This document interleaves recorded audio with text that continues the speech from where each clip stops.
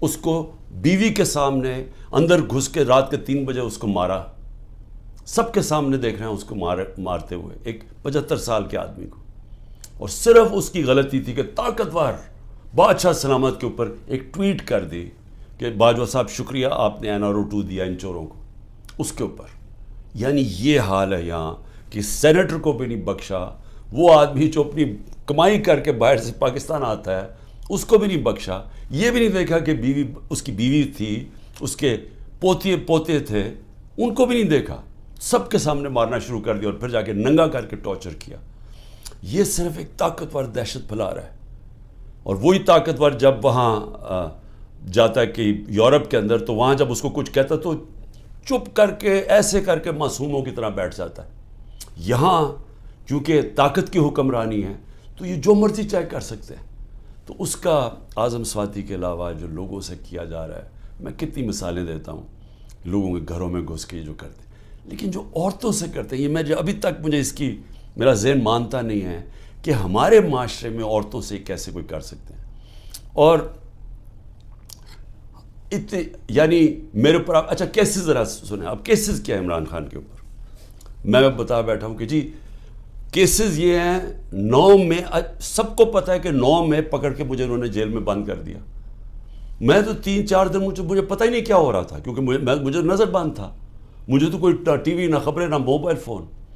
وہ جب میں سپریم کورٹ میں پہنچا تو اس سے پہلے مجھے وکیلوں نے تھوڑا سا بتایا اور پھر چیف جسٹس صاحب نے بتایا، وہ پہلی دفعہ مجھے پتہ چلا کہ ہوا کیا ہے، اور مجھے تب بھی پوری سمجھ نہیں آئی کہ اس کے پیچھے کیا ہم کر سکتے تھے، کیا ہوا، کچھ انتشار ہوا، کون سے ہمارے لوگوں نے جا کے توڑ پھوڑ جلایا۔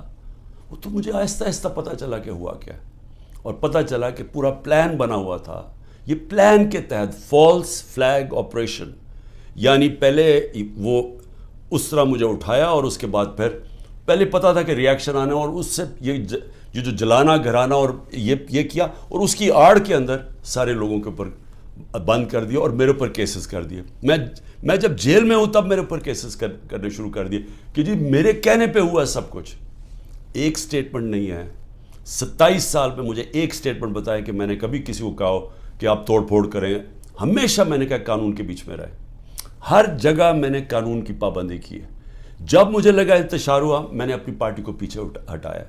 جب ہماری پارٹی کراچی میں بننے لگی، مجھے لوگوں نے کہا جی کہ جب تک ملیٹنٹ آپ کا ونگ نہیں ہوگا، آپ MQM کے سامنے کھڑے نہیں ہو سکتے، کوئی آپ کی پارٹی نہیں جوائن کرے گا، کیونکہ MQM سے تحفظ چاہیے تھا۔ میں نے کہا ہم پارٹی نہیں بنائیں گے، لیکن ہم نے ملیٹنٹ ونگ نہیں بنانا۔ ہمیشہ یہ 27 سال سے میری ہمیشہ یہ فلسفی تھی کہ ہم نے پرامن اور آئین کے بیچ میں رہنا ہے۔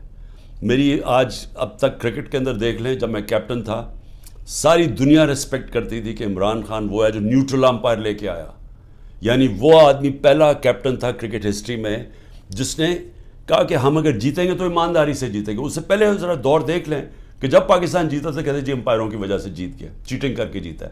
میرا دور دیکھ لیں، آج تک کبھی جب ہمارے اپنے بھی امپائر تھے، کبھی کسی نے نہیں کہا کہ ہندوستان کو ہرایا انہوں نے کہا ہم فیئر اینڈ اسکوائر، آسٹریلیا کو ہرایا انہوں نے کہا کہ ہمیں صاف اور شفاف طریقے سے ہم ہارے ہیں، یعنی چیٹنگ نہیں ہوئی۔ تو میں یہ جو کہہ رہا ہوں کہ کیسز میرے اوپر آپ ذرا سن لیں کیا کیسز ہیں کہ جی میرے دہشت گردی، ایک کوئی مظاہرہ ہوتا ہے الیکشن کمیشن کے باہر، میں گھر میں بیٹھا ہوں میرے اوپر دہشت گردی کا پرچہ ہو گیا۔ اسی طرح میں جب جیل میں ہوں اور مجھے کیا پتا تھا کیا ہو رہا ہے، وہ میرے اوپر دہشت گردی کے پرچے ہو گئے۔ میری یہ جو کیس ہے میرے اوپر القادر کا، یہ کیس کیا ہے؟ کیس یہ ہے کہ کیبنٹ ایک فیصلہ کرتی ہے اور وہ یہ کہتے ہیں کہ جی مجھے ذاتی فائدہ ہوا۔ ذاتی فائدہ کیا ہوا؟ القادر یونیورسٹی تو 7 مہینے پہلے شروع ہو گیا تھا کام اس پہ، وہ تو مکمل بھی پہلے ہو گئی تھی، تو مجھے کیسے اس کیبنٹ کے فیصلے سے فائدہ ہوا ہے؟ اور القادر یونیورسٹی سے مجھے کیسے فائدہ ہوا ذاتی طور پہ؟ یعنی شوکت خانم 9 ارب روپیہ اکٹھا کرتا ہے ہر سال، مجھے ذاتی طور پہ کیا فائدہ ہے؟ وہ تو ٹرسٹ ہے۔ اور اسی طرح کبھی کسی نے یہ نہیں پوچھا کہ جو انگلینڈ کے اندر جو NCA کی ڈیل تھی ملک ریاض کی، جو 190 ملین پاؤنڈ آیا تھا یہاں ملک ریاض کا، کسی نے نہیں پوچھا کہ اس کے اندر سے 18 ارب تو اس نے دیا تھا حسن نواز کو اس کا گھر خریدنے کے لیے. 18 ارب روپے کا گھر خریدا ہے 1 ہائیڈ پارک لنڈن کے اندر. پوچھا کسی نے کہ اس کے پاس پیسہ کدھر سے آیا؟ کبھی کسی نے پوچھا ہے کہ یہ جو ان کے 4 مہنگے مے فیئر میں اپارٹمنٹ ہیں جس کا انکشاف پینما کے جو دنیا میں انکشاف ہوا تھا، انٹرنیشنل انکشاف پینما کا، کبھی پوچھا ہے آج تک ان کے پاس پیسہ کدھر سے آیا؟ کبھی کہتے جی قطری خط دے دیا کہ جی وہ قطری کے شہزادے کے باپ نے اور ان کے میاں نواز شریف کے باپ نے کوئی فیصلہ کیا تو دونوں مار گئے، تو پتہ ہی نہیں کہ پیسہ کدھر سے آیا. پھر کبھی وہ کلیبری فونٹ آ گئی کہ ایک فراڈ کانٹریکٹ دکھا دیا، وہ اس فونٹ کے اندر لکھا ہوا جو اس وقت ایجاد ہی نہیں ہوئی تھی، وہ اس سے اگلے سال آئی تھی.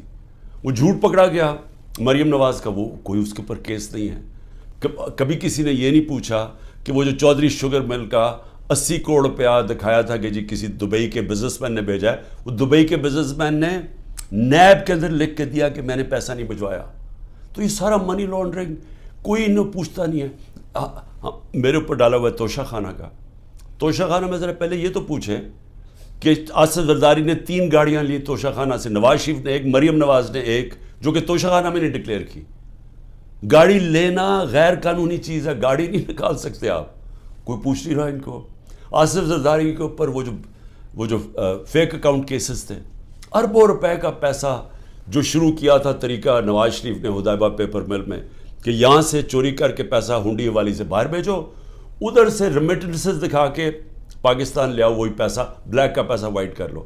خود ہی قانون بنایا کہ جو باہر سے ریمیٹنس ہے کوئی سوال نہیں پوچھ سکتا. وہ حدیبہ پیپر مل کے جو کیس تھا اس کے اوپر BBC کی ڈاکیومنٹری بنی. اسحاق ڈار نے 164 کا بیان لکھوایا کہ کیسے وہ پیسے ان کے منی لانڈرنگ کر کے بھیجتا تھا. وہ قاضی فیملی جو لنڈن میں بیٹھی ہوئی تھی اس کا پورا بیان ہے. تو وہی طریقہ سارا ابھی تک. وہ شہباز شریف کا جو ہمارے دور میں پکڑا گیا، ایک ہی تو ہمارے دور میں ہوا تھا شہباز شریف کا جو کیس، وہی شہباز شریف کے کیسز کہ یہاں سے 8 ارب روپیہ اس نے اس کے جو منگوایا وہ فیک اکاؤنٹ سے سارے. کوئی پاپڑ والا، چینی والا، زرداری کا بھی وہی تھا. تو کوئی ان کو پوچھنے والا نہیں ہے کہ یہ اوپر بیٹھے ہوئے ہیں، یہ کیسز ہیں. اور عمران خان کے اوپر کیس کیا ہے کہ جی اس نے وہ القادر یونیورسٹی جو ٹرسٹ چل رہا ہے جس میں سارا پیسہ وہیں کا وہیں ہے، عمران خان کو کیا فائدہ ہے؟ یہ کیس بنایا. ابھی میری بہن کے اوپر کیس بنایا، یہ میں پھر سے بتا چکا ہوں. کہتے جی 6 ارب روپے کی زمین خریدی جب عمران خان پرائم منسٹر تھا. وہ چیک سے زمین خرید وہ پیسے دیے ہیں. وہ 6 کروڑ کی زمین تھی، 45 لاکھ روپیہ اس کے اوپر ٹیکس دیا ہوا ہے. وہ سارے چیکس ہیں. اور کب خریدی؟ جب عمران خان پرائم منسٹر نہیں تھا، جب حمزہ شریف چیف منسٹر تھا، اور جب یہ شہباز شریف پرائم منسٹر تھا. یہ تب زمین سارا چیکس کے اوپر ہے. اس طرح کے کیسز بنائے ہوئے ہیں. اب کیسز نئے بنتے جا رہے ہیں کہ جی جس نے بھی کوئی کچھ کیا وہ کہتا ہے جی کہ عمران خان کا بھی نام ڈال دو، تو ہر روز کو نیا کیس آ جاتا ہے. میں صرف آپ کو یہ اس لیے چیزیں بتا رہا ہوں کہ یہ المیہ پاکستان کا. کیوں وہ بیچارے جو کشتی میں جن لوگوں سے پوچھیں رشتہ داروں سے، جو گریس میں یہ کشتی میں ہمارے کوئی 300 پاکستانی بیچارے ڈوبے ہیں، ان سب نے کیا کہا کہ ہمیں کوئی امید ہی نہیں نظر آ رہی، پاکستان میں ہمارے کوئی چانس ہی نہیں اپنے آپ کو اوپر لے جانے کا. یعنی وہ لوگ اس ملک سے امید چھوڑ کے بیچارے یہ نکل رہے ہیں، پیسے دیتے ہیں، قرضے اکٹھے کر کے نکلتے ہیں یہاں سے. یہ وہ لوگ ہیں کیونکہ یہاں جو طاقتور ہے وہ جو مرضی کر لیں، اس کو یہاں کا پاکستان کا انصاف کا نظام نہیں پکڑتا. اور یہ ہمارے سامنے اب بیٹھے ہیں سارے دن دناتے ہوئے، 30 سال سے جو ایک دوسرے کو چور کہہ رہے تھے آج سارے اوپر بیٹھے ہوئے ہیں. کوئی ان کے اوپر کیسز نہیں ہے، ختم ہو رہے ہیں ان کے کیسز. کیس کس کے اوپر کر رہے ہیں؟ ان لوگوں کے اوپر جن کی پوری کوشش تھی کہ اس ملک میں قانون کی بالادستی لے کے آئیں. یہ جو لوگوں کے اوپر ظلم کیا جا رہا ہے، جو جیلوں میں بھرے ہوئے ہیں، جو ہمارے کارکن ہیں، اس گرمی کے اندر چھوٹے چھوٹے کمروں میں کھانا باہر سے لے جانے نہیں دیتے، ان کو اس طرح کر رہے ہیں جیسے کہ کوئی دشمن ملک کے لوگ ہیں. اپنے لوگ ہی نہیں ہیں بلکہ دشمن ملک کے لوگوں سے یہ بھی نہیں کرنا چاہیے. تو یہ سارا کچھ ثابت یہ کرتا ہے پاکستان میں کہ جب تک ہم اس ملک کے اندر اپنا انصاف کا نظام نہیں ٹھیک کرتے، جب تک طاقتور اسی طرح ظلم کرتا رہے گا کمزور پہ، اسی طرح ہمارے غریب لوگ یہاں سے ملک سے کوشش کریں گے یہ کشتیوں میں باہر جانا، کیونکہ یہاں روزگار ملنا نہیں ہے. جب تک ہم انصاف کا نظام نہیں ٹھیک کرتے، یہاں سرمایہ کاری نہیں ہونے لگی، سرمایہ کاری نہیں ہوگی، نوکریاں نہیں ملیں گی، اور نوکریاں جب نہیں ملیں گی تو یہی حالات ہوں گے. غربت بڑھتی جائے گی، بے روزگاری بڑھتی جائے گی جو بڑھ رہی ہے پاکستان میں. اور جو طاقتور ہے وہ اپنا پیسہ باہر رکھے گا. یہ ساروں کا، یہ جو میں نے نام آپ کو بتائے ہیں ان بڑے بڑے خاندانوں کے، سب کا پیسہ باہر پڑا ہے. ان کو کوئی فرق نہیں پڑا کہ روپیہ گرتا ہے، مہنگائی ہوتی ہے، ان کو فرق ہی نہیں پڑتا. ڈالرز میں پیسے پڑے ہوئے ہیں ملک سے باہر. تو میں آج اپنے پاکستانیوں کو جو آپ کو پیغام دینا چاہتا ہوں وہ یہ کہ دیکھیں، یہ جو اس وقت ہم جدھر کھڑے ہیں یہ اصل میں ہے ہمارے مستقبل کی جنگ. یہ ہماری حقیقی آزادی کی جنگ ہے. میں پھر سے آپ کو بتا دوں کہ حقیقی آزادی انصاف سے آتی ہے، رول آف لا سے آتی ہے. جب تک ملک پہ انصاف نہیں ہوتا، رول آف لا نہیں ہوتا، اور اس کا بھی مطلب بتا دوں کہ طاقتور اور کمزور کے لیے ایک قانون جب تک نہیں آتا. برطانیہ کے اندر پرائم منسٹر کو اس لیے نکالا گیا، بورس جانسن کو، کہ جو قانون سب کے لیے بنائے ہوئے تھے اس کے اوپر وہ فالو نہیں کر رہا تھا. اور وہ صرف اس نے ایک گیٹ ٹوگیدر کی تھی، چوری نہیں کی تھی، صرف گیٹ ٹوگیدر کی تھی کہ سوشل ڈسٹنسنگ کی کرونا کے دور میں، اور اس نے اس کے اوپر عمل نہیں کیا. اس کے اوپر پرائم منسٹر نکلا. ہمارا یہاں دیکھ لیں کہ اوپر ابھی ایک ٹیپ، جو آڈیو ٹیپ آئی ہے، اس میں کیا شہباز شریف کہہ رہا ہے کہ مریم کے داماد کے لیے اس کی ہاؤسنگ سوسائٹی ہے، تو گریڈ سٹیشن لازمی ہوتا ہے. جو ہاؤسنگ سوسائٹی بنائے وہی گریڈ سٹیشن بناتا ہے. اور وہ کہہ رہا ہے کہ مریم کہہ رہی ہے کہ وہ سرکاری طور پہ بنے. یعنی 70 کروڑ روپے کا عوام کو نقصان پہنچا رہی ہے ٹیکس کے پیسے پہ، تاکہ داماد کا 70 کروڑ روپیہ بچ جائے. یہ اس کے کنورسیشن میں کہہ رہا ہے، اور وہ اس کا پرنسپل سیکرٹری کہہ رہا ہے فکر نہ کریں جی، یہ ہم کر دیں گے. یعنی ملک کو 70 کروڑ روپے کا نقصان پہنچائیں گے، اور ان کو یہ جو اوپر خاص کلاس بیٹھی ہے اس کو فائدہ پہنچائیں گے. تو اس لیے یہ جو ہماری تحریک ہے، یہ پاکستانیوں، یہ آپ کے مستقبل کی تحریک ہے، یہ حقیقی آزادی کی تحریک ہے. اس میں آپ نے نہ گھبرانا ہے، نہ دل چھوڑنا ہے. سب سے زیادہ پریشر تو میرے اوپر ہے، کیسز کے اوپر کیسز، جان کو خطرہ لیتا، لیکن میں تو کھڑا ہوں، اور آپ سب کو بھی کھڑا ہونا چاہیے گا. آپ سب کو یہ سمجھنا چاہیے کہ یہ اگر ہم اس وقت اپنی جد و جہد سے پیچھے ہٹے تو یہ ہمارے بچے ہمیں کبھی معاف نہیں کریں گے. اس ملک کا مستقبل ختم ہو جائے گا. اس لیے یہ اب ہے جہاد، یہ پولیٹکس نہیں ہے. میں سارے پاکستانیوں کو کہہ رہا ہوں کہ یہ جو اوپر قبضہ گروپ بیٹھا ہوا ہے اور یہ ظلم کر کے لوگوں کو ڈرا کے ہمیں غلام بنا رہا ہے، یہ اس جہاد کے اندر آپ نے کسی صورت پیچھے نہیں ہٹنا. میں پھر سے آپ کو کہتا ہوں، پیچھے ہٹ گئے ملک کا مستقبل کیا. وہ جو بڑی خواب تھی پاکستان، جو ہمارے لیڈر قائد اعظم، جنہوں نے، جو کانسٹیٹیوشنلسٹ تھے، جو کہ قانون کی حکمرانی پہ چلنے والے تھے، جو آزادی کی جب وہ بات کرتے تھے تو وہ کوئی کمپرومائز نہیں کرتے تھے آزادی کے اوپر. خوددار انسان تھے. یہ غلام ہندوستان میں ایک آزاد انسان تھا جس کے ضمیر کی کوئی قیمت نہیں تھی، جس کے مخالف بھی ان کی عزت کرتے تھے. اور علامہ اقبال، جو کئی صدیوں میں ایسا ذہن مسلمان دنیا میں نہیں آیا جو علامہ اقبال کا تھا، جو انہوں نے تصور دیا تھا کہ ہم نے مدینہ کی ریاست کے اصولوں پہ ایک عظیم قوم کھڑی کرنی ہے. اور پھر بتایا کہ کیوں ایک زمانے میں ہم نے دنیا کی امامت کی، اور شکوہ اور جواب شکوہ میں بتایا کہ کیوں ہمارا اب زوال ہے. آج ہم ادھر ہی کھڑے ہیں. ہمیں وہی علامہ اقبال کی جو ان کی شاعری تھی، ہمیں اس کے اوپر ایک ایک شعر کے اندر کہ ہمیں انہوں نے پورا فلسفہ دیا ہوا ہے کہ آزاد قوم ہی کی صرف پرواز ہے، صرف آزاد لوگ ہی اقبال کے شاہین بن سکتے ہیں. غلاموں کا کوئی مستقبل نہیں ہے. پاکستان زندہ باد.